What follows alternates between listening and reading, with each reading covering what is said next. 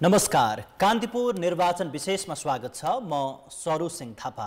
नेपालको संविधान जारीपछि दोस्रो पटक भएको प्रदेश र प्रतिनिधि सभाको मत परिणाम सार्वजनिक हुने क्रम जारी छ। मुख्य प्रतिस्पर्धा नेपाली कांग्रेस र नेकपा एमाले बीच भए पनि राष्ट्रिय स्वतन्त्र पार्टी र स्वतन्त्र उम्मेदवारको उपस्थिति भने कम छैन।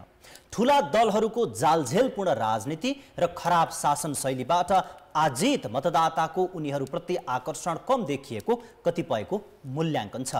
नतिजा विश्लेषण गर्दा मतदाताले कस्तो परिवर्तनको अपेक्षा गरेको देखिन्छ।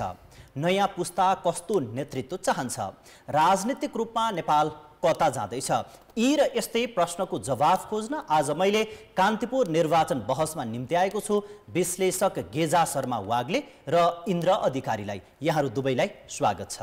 धन्यवाद। म सबैभन्दा पहिले इन्द्रजीबाट जान चाहन्छु। अहिले जसरी मत परिणामहरू सार्वजनिक भइरहेको छ, यो मतलाई तपाईले कसरी विश्लेषण गर्नुहुन्छ? छोटोमा टिप्पणी गर्नुहोस्। सरसर्ती हेर्दाखेरि चाहिँ यो स्थानीय चुनाव पछाडिको जुन खालको परिस्थिति छ त्यसलाई अहिलेको प्राप्त मतसँग विश्लेषण गर्ने हो भने असाध्यै अनएक्सपेक्टेड होइन, अनपेक्षित चाहिँ होइन। तर जसरी आइरहेको छ मत परिणाम त्यो चाहिँ अलिकति अलि चाहेको भन्दा र सोचेको भन्दा अलि बढी चाहिँ हो, त्यसरी भन्न सकिन्छ। अहिलेको स्थितिमा हेर्दाखेरि त्यो कसरी भन्दाखेरि खास स्वतन्त्र पार्टी जसरी उदय भयो, त्यो पार्टी पहिला चाहिँ आन्दोलनको रूपमा हुँदै गर्दाखेरि र अहिले आएर पार्टीमा कन्भर्ट भइरहेको छ। त्यो पनि 2 महिना 1.5 महिना 2 महिनाको परिणाम नै लागेको छ। गेजाजी, तपाईले कसरी टिप्पणी गर्नुहुन्छ? धेरै अनपेक्षित चाहिँ होइन। मूलधारका पार्टीहरूलाई नै प्रमुख रूपमा विश्वास गरेको देखिन्छ। त्यो पनि नेपाली कांग्रेस र नेकपा एमालेको बिचमा प्रतिस्पर्धा छ। गठबन्धनको पक्षमा जसरी मत आउँछ भन्ने थियो त्यो खालको देखिएन। तेस्रो चाहिँ राष्ट्रिय स्वतन्त्र पार्टीको चाहिँ एउटा नयाँ शक्तिको रूपमा उदय भएको छ र चौथो चाहिँ के भन्दा राष्ट्रिय प्रजातन्त्र पार्टी चाहिँ एउटा को चाहिँ पुनरुदय भएको छ। बिचमा धेरै कमजोर थियो, अहिले चाहिँ के भन्दा प्रत्यक्षमा राम्रै मत हासिल गरेको छ र समानुपाती राम्रै हासिल गर्ने देखिन्छ। अर्को उल्लेखनीय पक्ष भनेको चाहिँ तराईका स्थापित मानेका पार्टीहरू, जनता समाजवादी पार्टी र लोकतान्त्रिक समाजवादी पार्टी चाहिँ कमजोर भयो, धेरै कमजोर भयो र त्यहीँबाट पनि नयाँ शक्तिको चाहिँ उदय भएको छ। एकातिर चाहिँ होइन जनमत पार्टीको उदय भएको छ सीके राउतको, अर्कोतिर चाहिँ पश्चिम तराईमा चाहिँ नागरिक उन्मुक्ति पार्टीको उदय भएको थियो। त्यसमा तराईमा पनि के भन्दा पुराना पार्टी विस्थापित भएर नयाँ पार्टीहरू स्थापित भयो। त्यस कारणले जनताले केही हदसम्म चाहिँ चेन्जको अपेक्षा चाहिँ गरेको देखिन्छ, चेन्जको पक्षमा जनमत चाहिँ दिएको देखिन्छ होइन। त्यस कारणले यसबाट मूलधारका पार्टीहरूमा पनि हेर्ने हो भने चाहिँ मूलधारका पार्टीभित्र नि परिवर्तनको पक्षमा र केही क्षेत्रीय र अरू पार्टीहरूको पक्षमा चाहिँ के भन्दा जनताले चाहिँ चेन्ज गर्न खोजेको र चेन्ज चाहेको चाहिँ देखिन्छ। अब इन्द्रजी, जसरी राष्ट्रिय राजनीतिमा उदाएका पार्टी हुन् अथवा क्षेत्रीय रूपमा उदाएका पार्टीहरू बीच नै अहिले परिणामले फरकपन देखाइरहेको छ, मतान्तर फरक पारिरहेको छ। जसरी अहिले यो चुनावको ट्रेन्ड देखिएको छ, मतदाताले जसरी मतदान गरेका छन्, यो मत सङ्केतलाई कसरी बुझ्नुपर्छ? हामीले अलिकति पहिलादेखिको यो ट्रेन्ड एनालिसिस गऱ्यौँ भने पनि हाम्रो मतदाताको जुन खास दलहरू र राजनीतिक नेताहरूको सिलेक्सन प्रक्रियालाई हेर्ने हो भने चाहिँ परिवर्तनहरूलाई चाहिँ एउटा शक्तिलाई छोडेर अर्को शक्तितिर जम्प गर्ने चाहिँ हाम्रो ट्रेन्ड नै देखिन्छ कि इभन 90 को बेलामा हेर्दै गर्दाखेरि सुरुमा नेपाली कांग्रेस, त्यस पछाडि फेरि नेकपा एमाले, अनि त्यस पछाडि फेरि त्यो त्यही खालको भयो कि अब त्यो राप्रपाको उदय भयो होइन। त्यस पछाडि फेरि हामीले पछिल्लो चरणमा आएपछि नेकपा एकैचोटि माओवादी ठुलो शक्तिको रूपमा आयो। त्यस पछाडि फेरि माओवादी पछाडि आएर फेरि माओवादी तेस्रो शक्ति भयो होइन। अब अहिले आएर यो ट्रेन्ड देखिरहेछ। त्यसले गर्दाखेरि नेपाली जनता खास गरिकन एउटै शक्तिलाई सुधार्ने अथवा यसलाई सुधार्नुपर्छ, यसबाट विकल्पहरू यही भित्र खोज्ने भन्ने भन्दा पनि नयाँ विकल्पको खोजीमा नै नेपाली जनताहरूले एकपछि अर्को रोज्ने खोज्ने गर्दै गरेको चाहिँ देखिन्छ। प्रत्येक पटकको निर्वाचनमा भइरहेको देखिन्छ। तर जो जनअपेक्षा अनुरूप जसलाई छनौट गरे पनि परिणाम नदेखिने अथवा नसुनिने नभोगिने परिस्थिति चाहिँ किन निर्माण भइरहेको छ? त्यो 2-3 वटा कारणहरू छन् जस्तो लाग्छ मलाई। एउटा चाहिँ हामीले जहिले पनि गरेको के हो भन्दाखेरि हामीले राजनीतिक परिवर्तनको जुन अपेक्षा हामीले सुरुदेखि गऱ्यौँ। राणाकालमा राणालाई फाल्ने गर्दै गर्दा, पञ्चायत फाल्ने गर्दै गर्दा, इभन त्यस पछाडि 90 पछाडि पनि हामीले त्यस पछाडिको जुन विकासक्रम, राजनीतिक विकासको करण, त्यसमा नयाँ नयाँ जुन हुन्छ नि समाजवादका कुरा, त्यस पछाडिका जुन प्रगतिशीलताका कुरा, यी यावत ल्याउँदाखेरि हामीले जनअपेक्षा यति धेरै बढायौँ कि जुन हाम्रो धरातल, हाम्रो आर्थिक अवस्था, हाम्रो सामाजिक अवस्था, हाम्रो सारा हैसियत, इभन हाम्रै क्षमता, यसलाई ध्यानमा राखेर हामीले एजेन्डाहरू जनता मार्फत सेल गर्न पुगेनौँ। ती यति अव्यवहारिक ढङ्गका एजेन्डाहरू हामीले उनीहरूको दिमागमा लगेर हालिदियौँ कि अहिले आएर कसैले पनि फुलफिल गर्न सक्ने स्थिति छैन। मैले अहिले पनि मलाई छक्क के लाग्छ भने नि, तपाईँ हामीले हेऱ्यौँ भने पनि अहिले हामीले सिलेक्ट गरेका, अहिले आएर हामीले भनिरहेछौँ नि, ठुला राजनीतिक दलमा पनि हामीले नो नट अगेन भनिरहेछौँ होइन। त्यो भन्दै गर्दाखेरि हामीले के सोचेका छैनौँ भने हिजो नो नट अगेन भनेका ती ठुला नेताहरू त्यसै राजनीतिमा आएका थिएनन्। उनीहरूको ठुल्ठुलो कन्ट्रिब्युसन भएर पनि उनीहरू पावरमा आएर हामीले उनीहरूसँग असन्तुष्ट यति धेरै भइरहेछौँ भने अहिले टेस्ट नै नभएका, राजनीतिको कतै कहीँ अभ्यास परीक्षण नभएका, अनुभव नभएका, ज्ञान नभएका र अझ साँच्चै भन्दाखेरि अरू क्षेत्रमा अनुभव भएका होइन, सबैको छैन, फेरि त्यो पनि भन्न सकिँदैन। अरू क्षेत्रमा पनि सबैको अनुभव नभएकालाई पनि हामीले नयाँ हुन बित्तिकै, उमेरमा यङ हुन बित्तिकै त्यो चाहिँ योग्य छ भनेर हामीले जुन भनिरहेछौँ नि, यसले चाहिँ मलाई कता कता के लाग्छ भने नि, यसले पनि फेरि पनि हाम्रो अपेक्षा जुन अहिले हाम्रो जनमासको अपेक्षा छ त्यसलाई पुरा गर्ने चाहिँ देखिँदैन। फेरि पनि हामी जाने भनेको चाहिँ कता कता फ्रस्ट्रेसनमै हो जस्तो लाग्छ। र हाम्रो फ्रस्ट्रेसनको खास कारण चाहिँ के हो भन्दाखेरि हामीले चाहिँ असाध्यै अव्यवहारिक खालको आश्वासन दिने, त्यही आश्वासनका भरमा हाम्रो जनमत जाने र त्यो जनमतले आश्वासन पुरा प्राप्त गर्न नसक्ने। अहिले तपाईँले साँच्चै नै अहिले स्वतन्त्र पार्टीकै कुरा गर्दा पनि रवि छानेलाई नेता मान्नुको पछाडि त रवि छानेले गरेको एङ्करिङको आधारमा हो नि त। रवि लामिछानेलाई तपाईँले के कुरामा टेस्ट गर्नुभएको छ र अरू कुरामा? मुद्दा र अनुभवमा भन्दा एक्ज्याक्टली फ्रस्ट्रेसन भोट हो भन्ने तपाईँको मूल्याङ्कन छ। म गेजाजीसँग आउन चाहन्छु, म तपाईँसँग आउँछु। अहिलेको जसरी परिदृश्य राजनीतिमा देखिएको छ, मतदाताले जसरी मतदान गरिरहेका छन्, पञ्चायती व्यवस्था ढालेको, त्यसै गरी जहानिया राणा शासन ढालेको, गणतन्त्र स्थापित गरेका यस्ता ठुल्ठुला राजनीतिक शक्तिहरूलाई स्वतन्त्र जो पोलिटिकल बेस नबनी आएका राजनीतिक शक्ति र स्वतन्त्र उम्मेदवारहरूले नै पछाडिरहेको अवस्था छ। यसलाई चाहिँ कसरी बुझ्नु भएको छ तपाईँले? अब मूल रूपमा मूलधारका पार्टीप्रति नै नेपाली जनताको विश्वास भए पनि अब अहिले चाहिँ मूलधारका शीर्ष नेतृत्वप्रति र खास गरी पटक पटक पार्टी र सरकारको नेतृत्वमा पुगेर पनि डेलिभरी गर्न नसक्ने शीर्ष नेतृत्व र नेतृत्व पङ्क्तिप्रति चाहिँ अहिले जनताको आक्रोश र वितृष्णा देखिन्छ। त्यसकारणले मूलधारका पार्टीको शीर्ष नेतृत्व पङ्क्तिले जनताको भावना अनुरूप राज्य सञ्चालन गर्न नसक्दा र जनताको भावना अनुसार चाहिँ एउटा उत्तरदायी सरकार सञ्चालन गर्न नसक्दा र जनभावना अनुसार चाहिँ के भन्दा खास गरी यो विकास र समुन्नतिको आकाङ्क्षालाई सम्बोधन गर्न नसक्दा अहिले चाहिँ जनताले मूलधारका पार्टीभित्रैबाट केही हदसम्म विकल्प र केही हदसम्म चाहिँ परिवर्तन खोज्न चाहेको चाहिँ देखिन्छ, जसको स्पष्ट सन्देश चाहिँ नेपाली जनताले चाहिँ यसपटकको मतदान मार्फत गरेका छन्। यसलाई चाहिँ केही हदसम्म चाहिँ यो मौन विद्रोह पनि भन्न सकिन्छ। केही हदसम्म के भन्दा पार्टीले नै, जस्तै नेपाली कङ्ग्रेसको नेतृत्वमा एउटा गठबन्धन थियो होइन, त्यो गठबन्धनले नै अपेक्षा गरे अनुसारको मत पनि आएन होइन। त्यसकारण यसमा चाहिँ के भन्दा नेपाली कङ्ग्रेसकै अथवा गठबन्धनकै कार्यकर्ताहरूले पनि के भन्दा नेतृत्वको आदेशलाई अवज्ञा पनि गरेको देखिन्छ, भद्र अवज्ञा पनि गरेको देखिन्छ। त्यसकारणले मैले चाहिँ सुरुदेखि नै भन्दै आएको के थियो भन्दा नेपालका पोलिटिकल पार्टीहरूको नेगेटिभ चाहिँ के गर्न खोजिन्छ भन्दा भोट ब्याङ्क होइन, हाम्रा मतदाता होइन, हाम्रो पकड एरिया भन्ने शब्दावली नै होइन अनफिट शब्द हो भन्ने थियो मेरो, अव्यवहारिक थियो र अनफिट शब्द थियो त्यो चाहिँ होइन। त्यसकारणले यसपटकको निर्वाचन मार्फत पनि के भन्दा नेपाली जनताले चाहिँ भन्दा कुनै पनि मतदाता, इभन पार्टीका कार्यकर्ता पनि स्थायी मतदाता चाहिँ होइनन् होइन।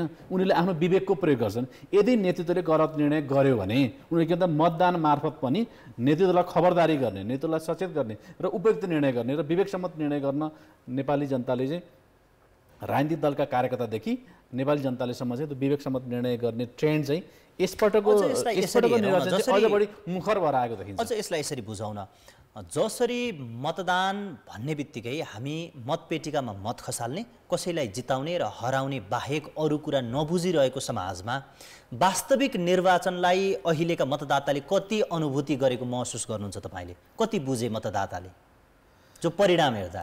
मेरो विचारमा नेपाली जनताहरूले चाहिँ विवेकसम्मत निर्णय नै गर्दै आएको देख्छु होइन। 48 सालदेखिको निर्वाचनको ट्रेन्ड हेर्दै आउने हो भने चाहिँ मलाई लाग्छ नेपाली जनताले सधैँ नै विवेकसम्मत निर्णय नै गर्दै आएका छन् होइन। 48 सालमा नेपाली कङ्ग्रेसले नेतृत्व गरेर आएको थियो क्रान्तिको आन्दोलनको, उसलाई बहुमत दिए।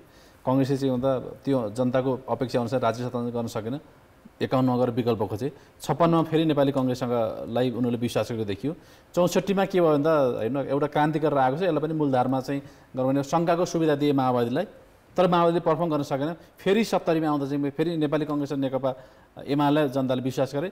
74मा के भन्दा एउटा राष्ट्रवाद र विकासको एउटा होइन एउटा गगनभेदी नाराका साथ वामपन्थी गठबन्धन बनेको थियो।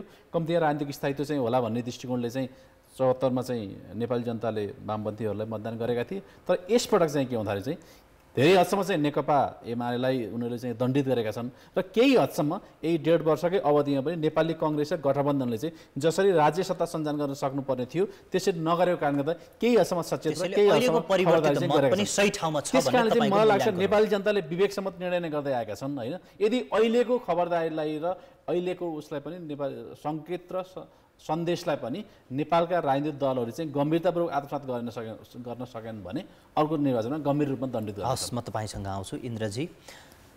मूल नेतृत्वले अथवा ठुला राजनीतिक पार्टीहरूले गठबन्धन गर्ने र किन गर्ने भन्दा जित्न सकिन्न भनेर जसरी एउटा आम प्रचार भएको थियो, यी साना दलहरूले त कसैसँग गठबन्धन पनि गरेका थिएनन्। अझ स्वतन्त्र रूपमा उम्मेदवार दिँदा पनि ठुल्ठुला राजनीतिक शक्ति, मन्त्री बनिसकेका, प्रधानमन्त्री बनिसकेका, सांसद बनिसकेका व्यक्तिहरूलाई पनि हराउन सक्ने तागत चाहिँ कहाँ हुँदो रहेछ, कसरी हुँदो रहेछ, यो कसरी सम्भव हो? होइन, सबैभन्दा त हाम्रो उसमा भन्ने गरिन्छ नि त जनता नै जनार्दन भनेर होइन। लोकतन्त्रमा कुनै पनि दलले अथवा कुनै व्यक्तिले जनतालाई त आफ्नो रैती बनाउन त सक्दैन नि त। अब त्यो गोप्य मतदान भन्न बित्तिकै बुथमा गएर जबरजस्ती गर्न त सकिँदैन नि त यहाँनिर त। त्यसले गर्दाखेरि आफ्नो विवेकमा कसैले पनि रोकटोक गर्न सक्ने स्थिति हुँदैन। त्यसले गर्दाखेरि अब राम्रो पर्फर्मेन्स नगर्दै गर्दाखेरि गरिएका प्रतिबद्धताहरूलाई पुरा नगर्दै गर्दाखेरि अनि गभर्नेन्समा ध्यान नदिँदै गर्दाखेरि अब हरेक जुन खालका एक्सपेक्टेसन प्रतिबद्धताहरू चुनावको बेलामा गरिन्छ अथवा सरकार गठन हुँदै गर्दाखेरि गरिन्छ, ती कुराहरूलाई चाहिँ लागू गर्ने कुराहरूमा हेजिटेन्ट देखाउँदै गर्दाखेरि र जिम्मेवार नदेखिँदै गर्दा, गम्भीरता नदेखाउँदै गर्दाखेरि, जनताहरूप्रति त्यो खालको संवेदनशील नहुँदै गर्दाखेरि त फेरि पनि के हो भन्दाखेरि जनताहरूसँग त 4-5 वर्षको पिरियडमा त उनीहरूले गर्न सक्ने भनेकै के हो भन्दा आफ्नो अधिकारको प्रयोग गर्ने हो। त्यो भनेको के हो भन्दा चुनावको बेलामा अब तैँले गर्न सकेनस्, अब हामीसँग भएको जुन सार्वभौम अधिकार हो हामीले प्रयोग गरेर हामीले हाम्रो अनुकूलको मान्छेलाई फेरि पनि शासन सत्तामा ल्याउँछौँ भन्ने बुझ्न खोजेको। जसरी ठुला नेताहरूमा गठबन्धन नगरे, अर्को पार्टीको मत मेरोमा नपरे मैले जित्न सक्दिनँ भन्ने लाग्ने, तर कोही बेस पनि नबनाइकन त्यति धेरै परीक्षित पनि नभएको व्यक्ति आएर चाहिँ सिधै चुनाव जित्न सक्ने परिस्थिति चाहिँ त्यत्रो ठुलो राजनीतिक अनुभव भएको व्यक्तिलाई लागेको कुरा एकाएक मतदाताले फेल चाहिँ कसरी खुवाइदिया छन्? त्यही त मैले भन्न खोजेको, पार्टी भन्ने चाहिँ क्याडर बेस्ड हुँदाखेरि एउटा पार्टी पङ्क्तिमा भएको केही क्याडरहरूको कुरा छुट्टै कुरा भयो, पार्टीको हुइप पनि लाग्ने भयो अथवा पार्टीको सर्कुलेसनले पनि काम गर्ने भयो। तर हामी कहाँ त पार्टी संरचना भनेको त कत्रो न छ, एउटा सानो समुदाय समूह न पार्टी संरचनाभित्र छ, बाहिर त तपाईँले केही गर्न सक्नुहुन्न नि त। अब नेपाली कङ्ग्रेस भनेको क्याडर बेस्ड पार्टी होइन। अब क्याडर बेस्ड भनेको एकदमै स्ट्रङ भनेको नेकपा एमाले हो। एमालेकै पनि पार्टी एउटा टुक्रा तपाईँले हामीले देखिसकेका छौँ, माधव कुमार नेपालको एउटा समूह बाहिर छ, भित्र भएको पनि नेकपा ओली समूहसँग असन्तुष्ट समूह ठुलो समूह छ, जसले गर्दाखेरि ओलीसँग असन्तुष्ट हुन बित्तिकै ओलीले आफ्नो इच्छाले अरूलाई कतिलाई दण्डित गर्नुभएको छ, कतिलाई चाहिँ आफ्नो इच्छाले दिनुभएको छ, जुन पार्टी पङ्क्तिसँग राय लिनुभएको छैन, खुसी पनि छैनन् होइन। त्यसले गर्दाखेरि ती समूहका मान्छेहरूले चाहिँ त्यो मान्न बाध्य छैनन् नि त पार्टीले गरेका सबै कुराहरूलाई मान्न बाध्य छैनन्। कङ्ग्रेसमा त म कङ्ग्रेस हुँ भन्दै गर्दाखेरि शेरबहादुर देउवाले गरेका डिसिजनहरूलाई चाहिँ मैले मान्नुपर्छ भन्ने त छैन। म त काङ्ग्रेसका पार्टीका मान्छे त हुँदैनन् नेपाली कङ्ग्रेसमा त। त्यो समस्या नै के हो भन्दाखेरि अब आएर चाहिँ नेपालका जनताहरू कुनै पार्टीले राम्रो काम गरेको खण्डमा उनीहरूले त्यो पार्टीलाई भोट दिएर त्यसलाई अनुमोदन गर्नलाई सक्ने भए, तर त्यो पार्टीलाई अहिले भोट दिँदैमा अथवा त्यो पार्टीमा सिम्पेथी राख्दैमा त्यही पार्टीको दास भएर बस्न सक्ने भएनन् कि। तपाईँले त्यस्तो हुन्थ्यो भने त पटक पटक नयाँ पार्टी उदय भन्नाले नयाँ पार्टी फेरि विजय भएर आउने नै थिएन नि त।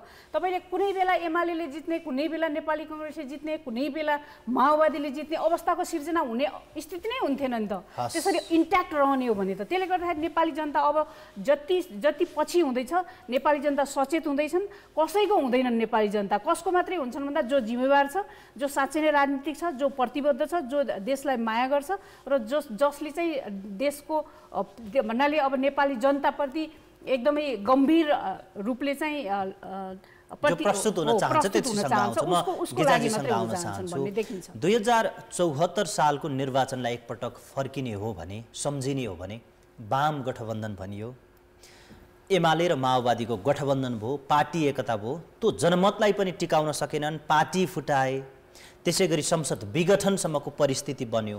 तर अहिले त यस्तो गठबन्धन बनेको छ, न त्यो गठबन्धनभित्र रहेका राजनैतिक पार्टीको सिङ मिल्छ न पुच्छर मिल्छ। कसैको एकल सरकार बन्न सक्ने परिस्थिति देखिएको छैन।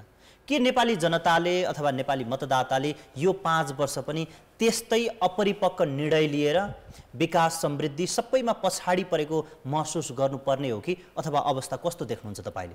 तपाईँले प्रश्नमा उठान गरे जस्तै अब 74 सालको निर्वाचनमा चाहिँ अब वामपन्थीहरूको गठबन्धन बन्यो र उसले चाहिँ प्रचण्ड बहुमत पनि हासिल गरेको थियो र नेपाली जनतालाई चाहिँ के विश्वास थियो भन्दा अब सरकार बलियो बनेको छ र राष्ट्रवाद र समृद्धिको नारा लगाएको छ, त्यस कारणले कम्तीमा समृद्धिको दिशातर्फ चाहिँ हामी उन्मुख हुन्छौँ भन्ने नेपाली जनताको अपेक्षा थियो। तर त्यो अपेक्षा विपरीत चाहिँ न त उसले चाहिँ होइन विकास र समृद्धिको प्रक्रिया अगाडि बढाउन सक्यो, न त पार्टी एक रहन सक्यो, नेकपा नै विघटन भयो, नेकपा विघटन भएर 3 टुक्रा त पार्टी नै भयो, संसद विघटनसम्म पुग्नु पर्यो, दुईचोटि चाहिँ प्रतिनिधि सभा विघटन भयो। त्यसपछि बन्यो 5 दलीय गठबन्धन, 5 दलीय गठबन्धनको सरकार बन्यो। 5 दलीय गठबन्धनको सरकार बनेपछि कम्तीमा संविधान र लोकतान्त्रिक प्रणाली चाहिँ ट्र्याकमा आयो। तथापि त्यो सरकारले पनि अपेक्षाकृत डेलिभरी गर्न नसकेको कारणले गर्दा अहिले जनतामा निराशा छ, अहिले जनतामा आक्रोश छ। अब जनतामा आक्रोश छ। त्यस कारणले यसपटकको संरचना कस्तो देखिन्छ भन्दा चाहिँ अब हाम्रो निर्वाचन प्रणाली अनुसार चाहिँ कुनै पार्टीको बहुमत आउने सम्भावना थिएन होइन, 74 मा पनि थिएन, अहिले पनि छैन। अहिले पनि हङ पार्लियामेन्ट बन्ने भयो। अहिले चाहिँ प्राविधिक रूपमा हेर्दा चाहिँ गठबन्धनको बहुमत आउने सम्भावना चाहिँ देखिन्छ प्राविधिक रूपमा हेर्दा होइन। तर निर्वाचनभन्दा पछाडिको परिदृश्यमा चाहिँ गठबन्धन नै कायम रहला नरहला भन्ने एउटा प्रश्न पनि उठ्छ। त्यस कारणले अहिले चाहिँ त्यत्रो प्रचण्ड बहुमत आएको पार्लियामेन्टले त 5 वर्ष डेलिभर गर्न सकेन होइन। बिचमा के भन्दा पार्टी विभाजनदेखि लिएर प्रतिनिधि सभा विघटनसम्म भयो भने यो संसदले कस्तो डेलिभरी गर्ला भन्ने बारेमा प्रश्न उठ्नु स्वाभाविक हो। तर अहिले चाहिँ के भन्दा संसदको सम्पूर्ण परिदृश्य सिर्जना बाहिर आए, स्वरूप र परिदृश्य स्पष्ट बाहिर नआइसकेको परिदृश्यमा हामीले अहिले अहिलेको क्षणमा एनालिसिस गर्दा चाहिँ हङ पार्लियामेन्ट भयो भने पनि यदि गठबन्धन कायम रह्यो भने गठबन्धन राजनीतिक स्थायित्व दिन सक्छ। तर राष्ट्रिय स्वतन्त्र पार्टी र राष्ट्रिय प्रजातन्त्र पार्टी चाहिँ एउटा संसदमा चाहिँ नयाँ शक्तिको रूपमा स्थापित भएको र तराईका क्षेत्रीय पार्टीहरूमा पनि नयाँ आएको कारणले गर्दा उनीहरूको राजनीतिक दृष्टिकोण के हुन्छ, भोलि सत्ता समीकरणमा र शक्ति सन्तुलन उनीहरू के भूमिका निर्वाह गर्न सक्छन् भन्ने कुराहरू चाहिँ धेरै हदसम्म चाहिँ यसमा निर्भर रहनेछ। तथापि मेरो विचारमा चाहिँ यदि गठबन्धन कायम रह्यो भने यसले राजनीतिक स्थायित्व दिने सम्भावना चाहिँ बढी देखिन्छ। तपाईलाई के लाग्छ, जस्ता पार्टीहरू बीच गठबन्धन भएको छ, अब कस्तो सरकार निर्माण होला अहिले भन्ने किसिमको हतार पनि होला। यद्यपि एउटा परिदृश्य भने देखिसकिएको छ, कति परिणाममुखी सरकार निर्माण हुन सक्ला र त्यो सरकारको पर्फर्मेन्स कस्तो होला, तपाईले कसरी अनुमान लगाउन सक्नुहुन्छ? मलाई चाहिँ यो कस्तो पनि लाग्छ भने नि मलाई अघिको त्यो गेजाजीकै प्रश्नबाट आउन चाहन्छु। जस्तै अब आएर नेपालको कन्टेक्स्टमा हामीले जुन परम्परागत हिसाबले चाहिँ आइडियोलोजीको जुन कुरा गर्थ्यौँ नि, कम्युनिस्ट भनेर अनि डेमोक्रेट भनेर अनि समाजवादी सोसलिस्ट भनेर, त्यो खालको जुन क्लियर कट आइडियोलोजिकल डिफ्रेन्सेस भनेर हामीले कुनै पनि पार्टीमा अब पाउँदैनौँ। जब हामीले पार्लियामेन्ट्री डेमोक्रेसीमा सबै सहमत भएर संविधान लेखेको अवस्थालाई हामीले ध्यानमा राख्यौँ भने अबको संसद र सरकार कस्तो बन्ला? त्यसले गर्दाखेरि मलाई लाग्दैन कि जसरी बाहिर हल्ला हुन्छ कि अब यो कतै कतै सिद्धान्त नमिल्ने यस्तो नमिल्ने भन्ने लाग्दैन। एउटा संविधान नै सबैको लागि चाहिँ एउटा बिन्दु हो कि मिलन बिन्दु हो। त्यसले गर्दाखेरि अबको सरकार बन्ने भन्ने पनि कुनै पनि नमिल्ने शक्तिको बिचमा भन्दा बित्तिकै तपाईँले अघि हिन्ट गर्नुभएको थियो।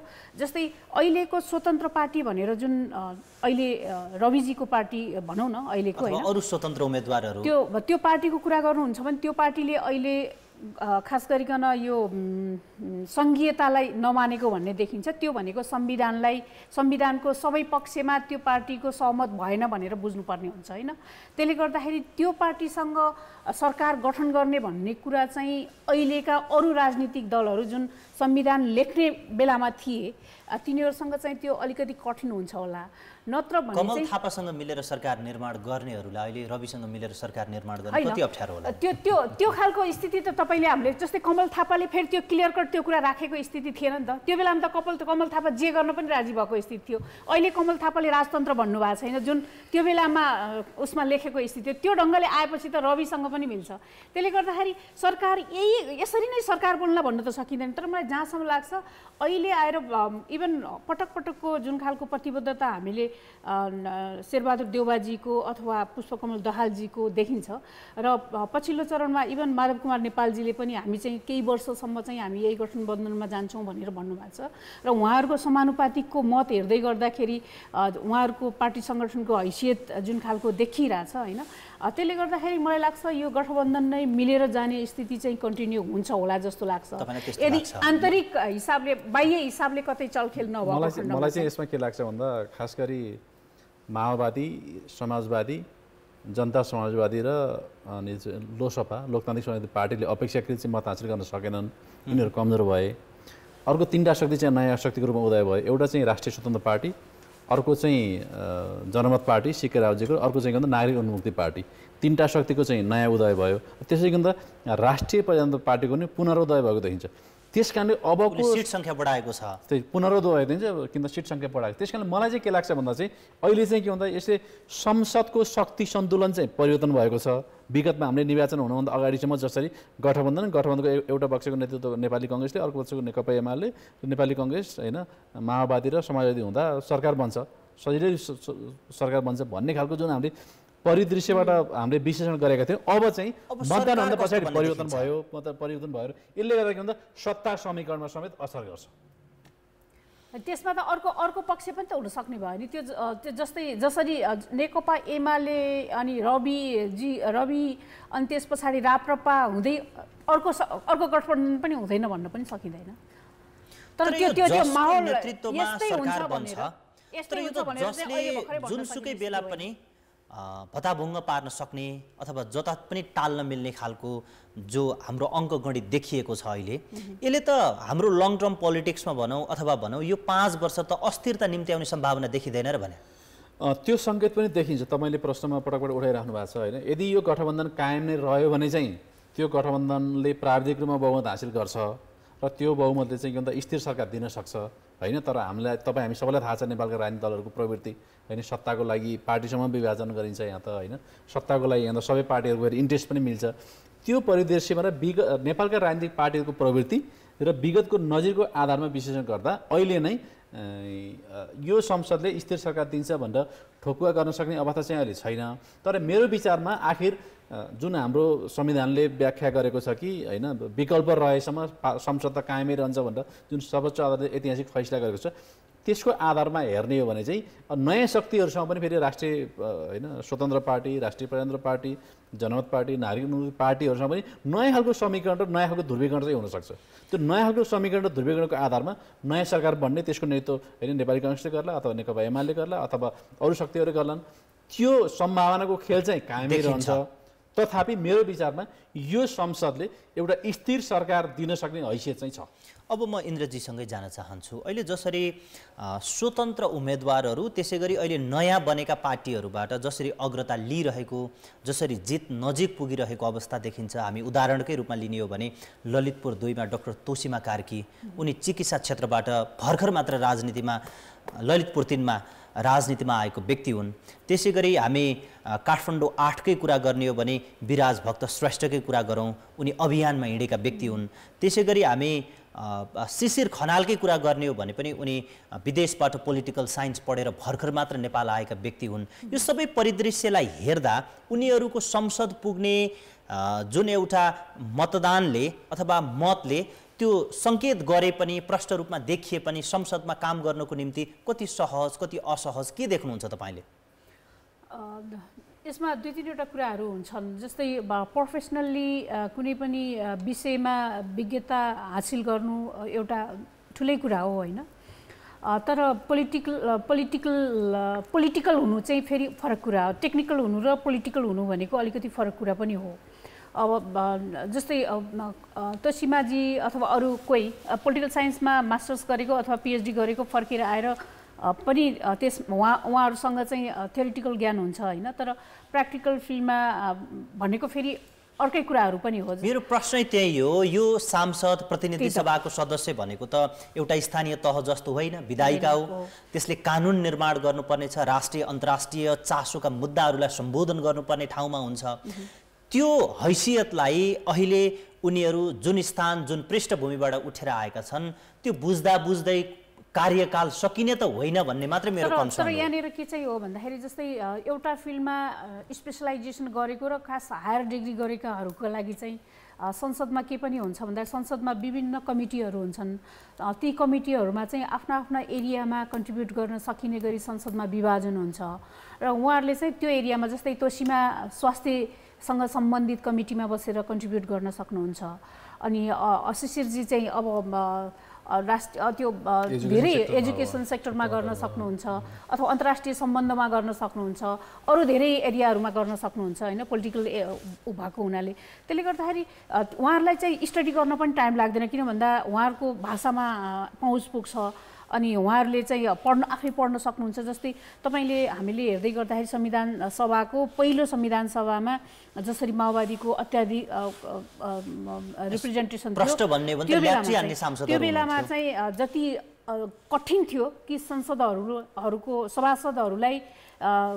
सभासदहरूको ज्ञानबाट संविधान बनाउनको लागि जति कठिन थियो, त्यो चाहिँ यो तहको जुन टेक्निकल ज्ञान भएको संसदहरूबाट चाहिँ कठिन हुँदैन जहाँसम्म लाग्छ। उहाँहरूले जनअपेक्षा सम्बोधन गर्न सक्ने सम्भावना कति छ छोटोमा भन्नुहोस्? तर जनअपेक्षा सम्बोधन गर्नको लागि चाहिँ फेरि पनि उहाँहरू चाहिँ खास गरिकन यस्ता इस्युहरूमा इङ्गेजमेन्ट चाहिँ हुनैपर्छ। सम्बन्धित विषयमा काम इङ्गेजमेन्ट हुनु, जस्तै तोसीमाजी चाहिँ स्वास्थ्य मन्त्रालयसँग अथवा स्वास्थ्यसँग सम्बन्धित काम गरेका जुन अभियन्ताहरूसँग अथवा स्वास्थ्यसँग सम्बन्धित संस्थाहरूसँग, अनि त्यस पछाडि स्वास्थ्यमा काम गर्ने अरू चिकित्सकहरूसँग जो लामो अनुभव भएकाहरू छन्, जसले स्वास्थ्यसँग सम्बन्धित संस्थाहरू लिड गर्नुभएको छ, उहाँहरूले यहाँको स्थानीय जुन समस्याहरू थाहा पाउनु भएको छ होइन, उहाँको इङ्गेजमेन्ट हुनुपर्छ र उहाँले चाहिँ त्योसँग सम्बन्धित कानुनहरू पढ्नुपर्ने हुन्छ।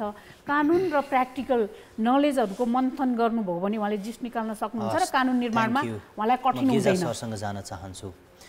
अहिले प्राप्त जनमतलाई हेर्ने हो भने शासकीय संरचना फेरबदल खास गर्न मतदाताको चाहना देखिन्न, मात्र परिणाममुखी राजनीति उनीहरूको चाहना हो भन्ने देखाइरहेको महसुस हुन्छ।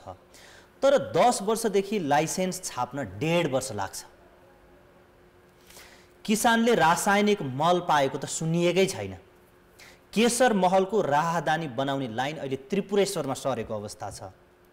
विदेशमा कोही नेपाली पुगेको छ, त्यो लाइसेन्स हरायो भने बनाउन नेपाल आउनुपर्ने अवस्था छ।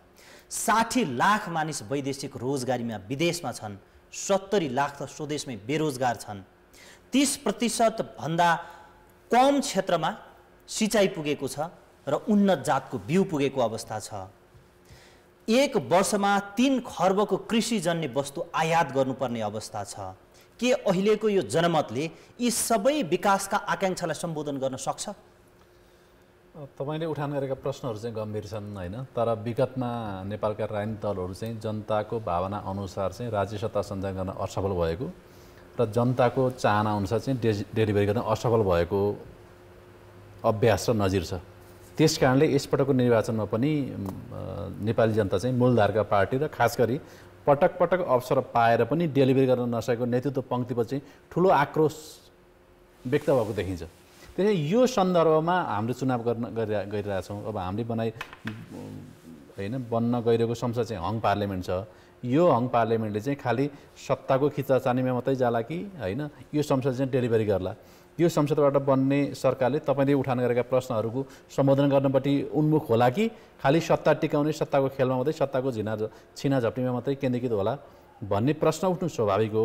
तर मेरो विचारमा मलाई चाहिँ के लाग्छ भन्दा चाहिँ अब नेपालका राजनीतिक दलहरूसँग र जसले भोलि सरकारको नेतृत्व गर्छ र संसदमा पुगेका दलहरू छन् तिनीहरूसँग चाहिँ डेलिभरी गर्नुभन्दा अर्को विकल्प नै छैन। किनभने अहिले नेपाली जनताले खोजेको जनमत प्राप्त गरिरहेका छन्, उनीहरूको क्यारेक्टर हेर्दा, एटिट्युड हेर्दा, क्षमता हेर्दा, जो पोलिटिकल अहिले सिनारियो हेर्दा तपाईँले कति सम्भव देख्नुहुन्छ? विगतको नजिरको आधारमा, विगतको इतिहासको आधारमा विश्लेषण गर्दा धेरै आशावादी हुने ठाउँ छैन। तर यसबाट के भन्दा अब उनीहरूको राजनीतिक परिस्थिति, राजनीतिक भविष्यमा पनि प्रश्न चिन्ह खडा भएको कारणले गर्दा अब यदि हामीले डेलिभरी गर्न सकेनौँ भने जनताबाट हामी बहिष्कृत हुन्छौँ। अब यदि हामीले डेलिभरी गर्न सकेनौँ भने यसबाट केही दलहरू, माओवादी, समाजवादी होइन, जनता समाजवादी, त्यसपछि गएर लोकतान्त्रिक समाजवादी लगायतका पार्टीहरू दण्डित भए, त्यसैले हामी दण्डित हुन्छौँ। त्यस कारणले हामीहरूसँग अब विकल्प हिँड्छन्, त्यो कारणले पनि डेलिभरी गर्नुभन्दा उनीसँग विकल्प नै छैन। यदि कि उनीहरूले डेलिभरी गर्न पर्यो। अहिले उनीहरूको यसपटकको परिणामले के देखिन्छ भन्दा उनीहरूको राजनीतिक भविष्य र अस्तित्वमाथि प्रश्न उठेको छ। यदि हामीले डेलिभरी गर्न सकेनौँ भने हाम्रो भविष्य र अस्तित्वमाथि नै प्रश्न चिन्ह खडा हुन्छ। त्यस कारणले हामीले डेलिभरी गर्नै पर्छ भन्ने आत्मज्ञान चाहिँ कम्तीमा यसपटक चाहिँ भयो होला भन्ने अपेक्षा गर्न चाहिँ सकिन्छ। म इन्द्रजीसँग फर्किन चाहन्छु। कङ्ग्रेसले 50 युनिट बिजुली फ्री गर्ने भनेको छ, वृद्ध भत्ता 65 वर्षबाट दिने भनेको छ, एमाले 5000 वृद्ध भत्ता पुर्याउने भनेको छ, त्यसै गरी 7% आर्थिक वृद्धि गर्ने भनेर कङ्ग्रेसले भनेको छ भने नेकपा एमाले 47 खर्बको कुल ग्रास्त उत्पादन बढाएर 100 खर्बको बनाउने भनेको छ।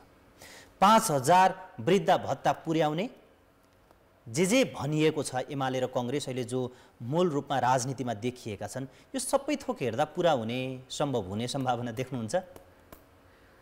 सबैभन्दा ठुलो समस्या नै यहाँनिर हो। मैले अघि पनि भने नि तपाईँलाई, प्रतिबद्धता, यो चुनावको बेलामा यस्ता प्रतिबद्धताहरू जाहेर हुन्छन् जुन एकदमै हाम्रो धरातलीय यथार्थभन्दा बाहिरका कुराहरू त्यो एकदम आकर्षित गर्ने हिसाबले मात्रै जस्ट त्यो चुनावलाई मात्रै केन्द्रित गरेर अहिले भनिदिइहालौँ, जेसुकै होस् भोट पाइहालौँ त्यसपछि देखा जाएगा भन्ने हिसाबले होइन, त्यस्तो खालको त्यो खालको देखिने गर्छ। तर वास्तविकता के पनि हो भन्दाखेरि अब धेरै जसो यो खालको प्रतिबद्धता जुन आउने गर्छ यसमा चाहिँ धेरै एक्सर्साइज भएको पनि त्यस्तो देखिँदैन कि, किन भन्दा त्यो यो गर्छु त्यो गर्छु भन्दाखेरि इन्कमको पनि त हिसाब किताब हुनुपर्छ होला नि त होइन। यसरी लगानी गर्छु, यो खालको इन्कम हुन्छ, यहाँबाट यसरी इन्कम गर्छु, यति इन्कम हुन्छ, अनि यो इन्कमबाट यहाँ यसरी डिस्ट्रिब्युसन हुन्छ, त्यो खालको पुरा त्यो नभइकन त त्यो यी सारा हिसाब किताब त बाहिर नआउनु पर्ने, व्यवस्थापन बिना आश्वासनका पुलिन्दा छन्, स्रोतको बारेमा कुराकानी नहुने, किन भन्दा स्रोत त फेरि हाम्रो आफ्नो हातमा पनि छैन सबै कुरा। तर यो आश्वासन त्यसले गर्दाखेरि तपाईले प्रष्ट रूपमा देख्नु भएको छ यो सम्भव छैन। हो एक्ज्याक्टली, त्यो फ्रस्ट्रेसन यहीँबाट सुरु हुने हो। मैले अघि पनि तपाईँलाई भनेको थिएँ, जहाँसम्म मैले यो कुरा गर्दै गर्दाखेरि मैले अघि गेजाजीको प्रश्नसँग म फेरि पनि किन जान्छु भने समस्या के पनि हो भन्दाखेरि हामीले हरेक कुरा पोलिटिकल लिडर्सहरूलाई मात्रै दोष दिँदै गर्दाखेरि, हुन त यो सबै कुरा पोलिटिक्सले नै गाइड गर्ने हो होइन, मियो नै पोलिटिकल लिडर्स हुन्। तर त्यसो भन्दै गर्दाखेरि म आफै पनि सरकारसँग बसेर काम गर्दै गर्दाखेरि देखेको कुरा के हो भन्दाखेरि पोलिटिकल लिडर्सहरूले एउटा ठ्याक्क जस्तै एउटा टार्गेट गरेर यो शनि यो आइतबार यो गर्ने, सोमबार यो गर्ने, मङ्गलबार यो एचिभ गर्ने भनेर जुन खालको लिस्ट बनाउँछ तर त्यो एचिभमेन्ट नै हुँदैन, किन भन्दा उसले लिडरले आफैले गर्ने होइन, ब्युरोक्रेसी हुन्छ त्यहाँनिर, अनि त्यो सारा कुरा हरेक ठाउँबाट त्यो खालको एचिभमेन्ट आउँदा तपाईँले प्रष्ट रूपमा देखिरहनु भएको छ, त्यो सम्भव छैन। म गेजाजीतर्फ फर्किन चाहन्छु। जसरी अहिले जुन जनमत प्राप्त भइरहेको अवस्था छ, म अलिकति फरक प्रसङ्गतर्फ जान चाहन्छु।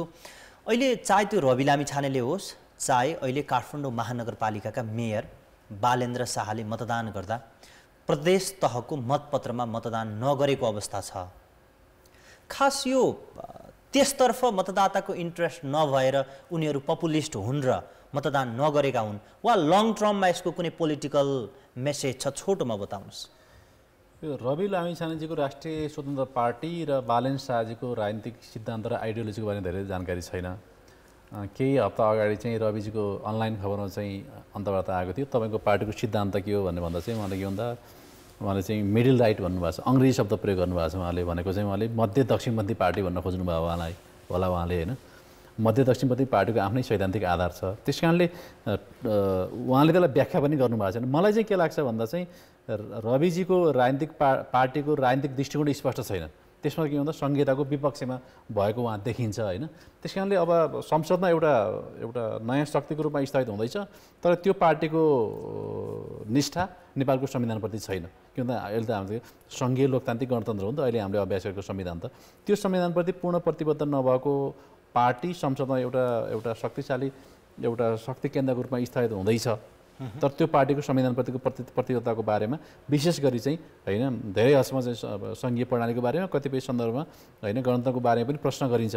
त्यस कारणले उहाँले को पार्टी संसदमा यसरी जनताको विश्वास मत हासिल गरेर आएको चाहिँ छ, तर त्यो पार्टीको राजनीतिक दृष्टिकोण स्पष्ट नभएको कारणले त नेपाली राजनीतिमा चाहिँ एक खालको त्यो पार्टीको प्रतिको आशंका पनि कायमै छ र अन्यल पनि कायमै छ। अर्कोतर्फ चाहिँ के भन्दा रविजीको पार्टी परीक्षण भइसकेको चाहिँ छैन, 5-6 महिना मात्रै भएको स्थापित भएको छ, होइन। त्यसले हाम्रो राजनीतिक सिद्धान्त पनि स्पष्ट नपारेको कारणले गर्दा रविजीको पार्टीको भावी पोलिटिकल कोर्स के हुन्छ भन्ने बारे अहिले भन्न सकिने अवस्था छैन। महेन्द्रजीतर्फ जान चाहन्छु।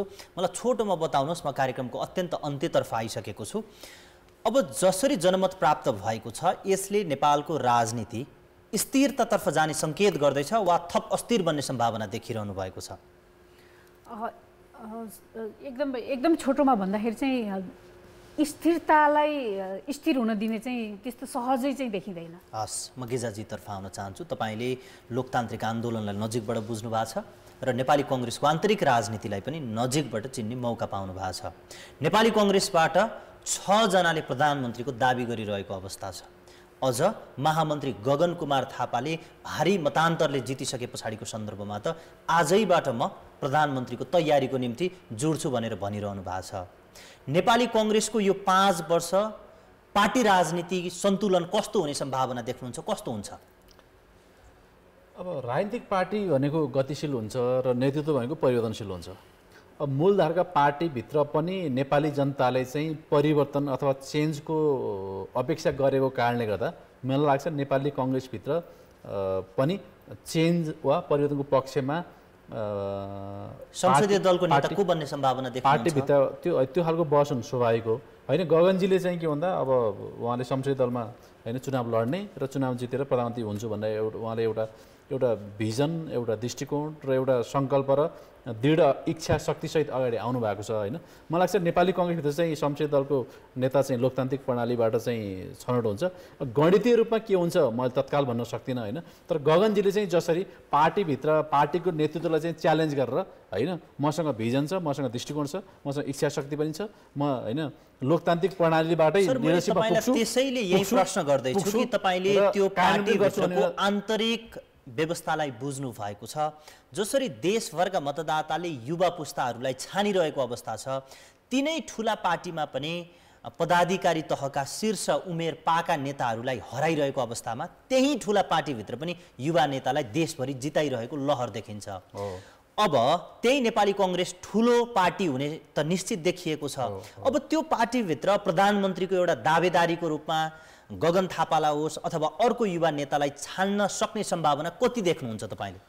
मलाई लाग्छ नेपाली कङ्ग्रेसको नेतृत्वले पनि जनताको भावनालाई सम्मान गरेर भविष्यको पोलिटिकल कोर्स चाहिँ तय गर्छ जस्तो लाग्छ मलाई। जहाँसम्म गगनजीको प्रश्न छ, उहाँले चाहिँ के भन्दा स्पष्ट दृष्टिकोण र दृढ इच्छा शक्ति सहित अगाडि आएको कारणले गर्दा नेपाली कङ्ग्रेसका अन्य होइन सांसदहरूले पनि गगनजीलाई समर्थन गरेर अगाडि बढ्दा नै पार्टी र देशको भविष्य सुनिश्चित हुन्छ भन्ने कुरामा चाहिँ त्यो दिशातर्फ उन्मुख हुने सम्भावना चाहिँ म बढी के तपाईँको यो भनाइलाई म यसरी बुझे हुन्छ कि नेपाली कङ्ग्रेसको संसदीय दलको नेता गगन थापा बन्न सक्ने सम्भावना तपाईँ प्रशस्त आधार अङ्कगणितीय हिसाबमा होस् सैद्धान्तिक हिसाबमा होस् अथवा अहिलेको परिदृश्यलाई हेर्दा त्यो सम्भव छ भन्ने इङ्गित गर्न खोज्नु भएको हो? पूर्ण परिणाम त आइसकेको छैन, गणितीय रूपमा चाहिँ त्यो अहिले नै भन्न गाह्रो छ होइन। तर मेरो विचारमा जनताले जुन खालको भावना व्यक्त गरेका छन् त अहिले चेन्जको पक्षमा, पार्टीभित्र पनि चेन्जको पक्षमा, पुरानो पुस्ताको नेतृत्वभन्दा चाहिँ नयाँ पुस्ता जोसँग भिजन पनि छ, एउटा दृढ इच्छा शक्ति पनि छ भन्ने बारेमा जनताले पनि गगन थापादेखि विश्वप्रकाश शर्मा हुँदै प्रदीप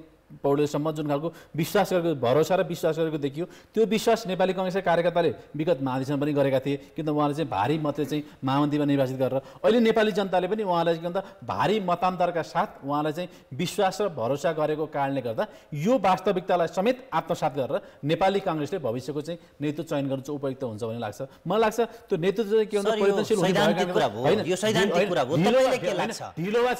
ढिलो वा छिटो गगन थापा विश्वप्रकाश शर्माहरूको पुस्ताको हातमा नेपाली कङ्ग्रेसको नेतृत्व र सरकारको नेतृत्व चाहिँ आउँछ। त्यो कुरा चाहिँ तपाईँसँग जान चाहन्छु। मात्र 61% मतदान भयो र महिलाको उपस्थिति त असाध्यै न्यून छ। यसले राष्ट्रिय राजनीतिमा अथवा अन्तर्राष्ट्रिय राजनीतिमा कस्तो प्रभाव पार्ला? यो खास गरिकन यो जति पनि नेपालको परिवर्तन भनेर हामीले जुन भन्ने गर्छौँ नि, नेपालमा चाहिँ असाध्यै राम्रो परिवर्तन भयो, राजनीतिक परिवर्तनले छलाङ मार्यो भनेर भन्छौँ नि, यो चाहिँ सबै लिप सर्भिस हो भन्ने चाहिँ प्रष्ट देखियो कि नेपाली सोसाइटी अहिले पनि यो पितृसत्तात्मक पनि एकदमै डिप रुटेड रहेछ होइन। महिलाहरूलाई चाहिँ प्रयोग गरिने रहेछ राजनीतिक भर्याङको रूपमा भन्ने हिसाबले नै देखिन्छ भनेर प्रष्ट रूपमा नै देखिएको छ होइन। र नेपाली खास यो महिलाहरूको जुन राजनीतिक हैसियत छ त्यो चाहिँ बाहिर प्रचार गरिए जस्तो चाहिँ व्यवहारिक रूपमा चाहिँ देखिँदैन भन्ने पनि यो जुन इलेक्सन छ यसले चाहिँ देखाउँछ। म पुनः गेजाजीतर्फ फर्किन चाहन्छु। अब अहिलेसम्म जति प्राप्त मत परिणाम सार्वजनिक छ यो आधार हेर्दा कसको नेतृत्वमा सरकार बन्ने, को पार्टीको नेतृत्वमा सरकार बन्ने, को प्रधानमन्त्री हुने सम्भावना बढी देख्नुहुन्छ? पहिलो र स्वाभाविक विकल्प नेपाली कङ्ग्रेसको नेतृत्वमा अहिलेको गठबन्धनको सरकार बन्छ, पहिलो र स्वाभाविक विकल्प। अब यदि यो गठबन्धनका बिचमा सरकार निर्माण गर्ने क्रममा सहमति भएन भने पनि प्रमुख पार्टी नेपाली कङ्ग्रेस भएको कारणले गर्दा नेपाली कङ्ग्रेससँग चाहिँ अन्य विकल्पहरू पनि छन्, सुविधाजनक विकल्पहरू चाहिँ छन्। त्यसका आधारमा हेर्दा चाहिँ पहिलो विकल्प भनेको गठबन्धनको सरकार। यदि गठबन्धनका बिचमा सहमति भएन भने पनि नेपाली कङ्ग्रेसकै नेतृत्वमा अन्य पार्टीहरूसँगको समीकरण र ध्रुवीकरणको आधारमा नेपाली कङ्ग्रेसकै नेतृत्वमा सरकार बन्ने सम्भावना चाहिँ बढी देखिन्छ। त्यसभित्र पनि टिकट वितरणको कुरादेखि लिएर अहिले जितेका नेताहरूको अवस्था हेर्दाखेरि त्यहाँभित्रको अङ्कगणितमा संसदीय दलको नेता को हुन सक्छ त? अब अहिले हेर्दा चाहिँ पार्टी सभापति एवं प्रधानमन्त्री शेरबहादेउवा बलियो देखिनुहुन्छ होइन। यद्यपि संसदको चाहिँ पूर्ण स्वरूप त आइसकेको छैन। तर अहिलेको निर्वाचनको क्रममा नेपाली जनता र कार्यकर्ताको भावना के रहेछ भनेको त स्पष्ट देखिएको छ होइन। मूलधारका पार्टीभित्र नै परिवर्तन, त्यो पनि के भन्दा डेलिभरी गर्ने भिजनरी नेतृत्व आउनु पर्यो, होइन भने चाहिँ हामी तिमीहरूको पनि विकल्प खोज्न सक्छौँ भन्ने स्पष्ट सन्देश नेपाली जनताले दिएको कारणले गर्दा यो जनताको भावनालाई समेत आत्मसात गरेर नेपाली कङ्ग्रेसले निर्णय गर्नु उपयुक्त हुन्छ। यदि जनताको भावनालाई आत्मसात गर्न सकेन भने चाहिँ त्यो पार्टी र त्यो नेताको पनि विकल्प नेपाली जनताले खोज्न सक्ने भएको कारणले गर्दा मलाई चाहिँ के लाग्छ भन्दा चाहिँ म नेपाली कङ्ग्रेसको भावी नेतृत्वप्रति आशावादी छु र नेपाली जनताले चाहे अनुसारकै नेतृत्व चाहिँ अगाडि बढेर देशको नेतृत्व गर्छ भन्ने आधारहरू चाहिँ मेरो विचारमा बलशाली छन्, शक्तिशाली छन्। म तपाईँसँग छोटो टिप्पणी लिन चाहन्छु एउटा विषयमा, अनि कार्यक्रमलाई बिट मारौँला। अहिले गठबन्धनले हामी अझ भनौँ त्यसभित्रको पनि प्रमुख दल कङ्ग्रेसले हामी संसद विघटन गर्दैनौँ प्रतिबद्धता पत्रमा र प्रतिगमन भनेर एमालेलाई आरोप लगाएर ऊ चुनावमा गएको थियो। तर प्रदेशसभाको अहिले प्राप्त मत परिणामलाई हेर्ने हो भने त एमाले नै लिड गरेको अवस्था देखिन्छ। यसलाई कसरी बुझ्न सकिन्छ? खास एमालेको पार्टी सङ्गठनको जुन खालको संरचना छ त्यो कारणले गर्दाखेरि पनि अहिले चाहिँ प्रदेशतिरको जुन समीकरण छ त्यसमा चाहिँ तात्विक पनि भएन। मलाई चाहिँ अरू हिसाबले धेरै हिसाबले चाहिँ यो गठबन्धन जुन पछिल्लो चरणमा इलेक्सनको बेला आयो नि त, सुरुमा नै एमाले जहिले विघटन गरेको थियो त्यो बेलामा चुनावमा गएको भए अहिलेको परिणाम फरक आउँथ्यो। तर पछिल्लो चरणमा जब संसद विघटनलाई मान्दैनौँ भनेर हामीले जुन टाइममा जुन बेलामा इलेक्सन हुनुपर्ने हो त्यही बेलामा इलेक्सन गर्ने भनेर गयो नि, त्यो हुनु बित्तिकै के भयो भन्दा एकातिर गठबन्धनमा हामी छौँ भनेर नेपाली कङ्ग्रेस लगायतका गठबन्धनका साथीहरूलाई चाहिँ हामी त्यसै जित्छौँ भन्ने भयो। अनि अर्कोतिर चाहिँ के पनि भयो भन्दाखेरि फेरि अब त्यो अरू एमाले त भइहाल्यो नै, त्यसले पनि डेलिभरी राम्रो गरेन। मतदान हुँदा यो मुद्दा ओझेलमा परेको भन्ने तपाईको ठम्याइ हो। उसले पनि डेलिभरी राम्रो गर्न सकेन, त्यो कुरा भयो। अनि सँगसँगै के पनि भएको थियो भन्दाखेरि अब अरू पार्टीहरू स्वतन्त्रका नाममा होइन अरू पार्टीहरूको पनि उदय भइहाल्यो होइन। त्यसले गर्दाखेरि के भयो भन्दाखेरि एमालेलाई अब एमालेको अलि लामो समय ग्याप भयो पार्टी सङ्गठन गर्ने, अनि अरू पार्टीको बारेमा यो गठबन्धनको बारेमा कमजोरीहरू खोतल्ने, अनि गठबन्धनमा भएको जे जस्ता कमजोरीहरू छन् तिनीहरूलाई चिरेर जाने, आफ्ना कमजोरीहरूलाई ढाकछोप गर्ने हिसाबले जाने उसले मौका पनि पायो भने यता गठबन्धनले चाहिँ आफ्ना कमजोरीहरूको बारेमा चिरेर जाने कारणले गर्दा पनि त्यसले गर्दाखेरि पनि अहिले चाहिँ त्यो स्थिति आयो भन्ने चाहिँ मलाई लाग्छ। हस्, यो महत्त्वपूर्ण समयमा आएर आफ्ना विचार राखिदिनु भयो, समय प्रदान गरिदिनु भयो, म तपाईँहरूप्रति आभार व्यक्त गर्छु। धन्यवाद तपाईलाई पनि। धन्यवाद। हामी कान्तिपुर निर्वाचन विशेषमा छौँ। अहिले देशभरबाट मत परिणाम सार्वजनिक हुने क्रम जारी रहेको छ। हामी निरन्तर जानकारीमै छौँ।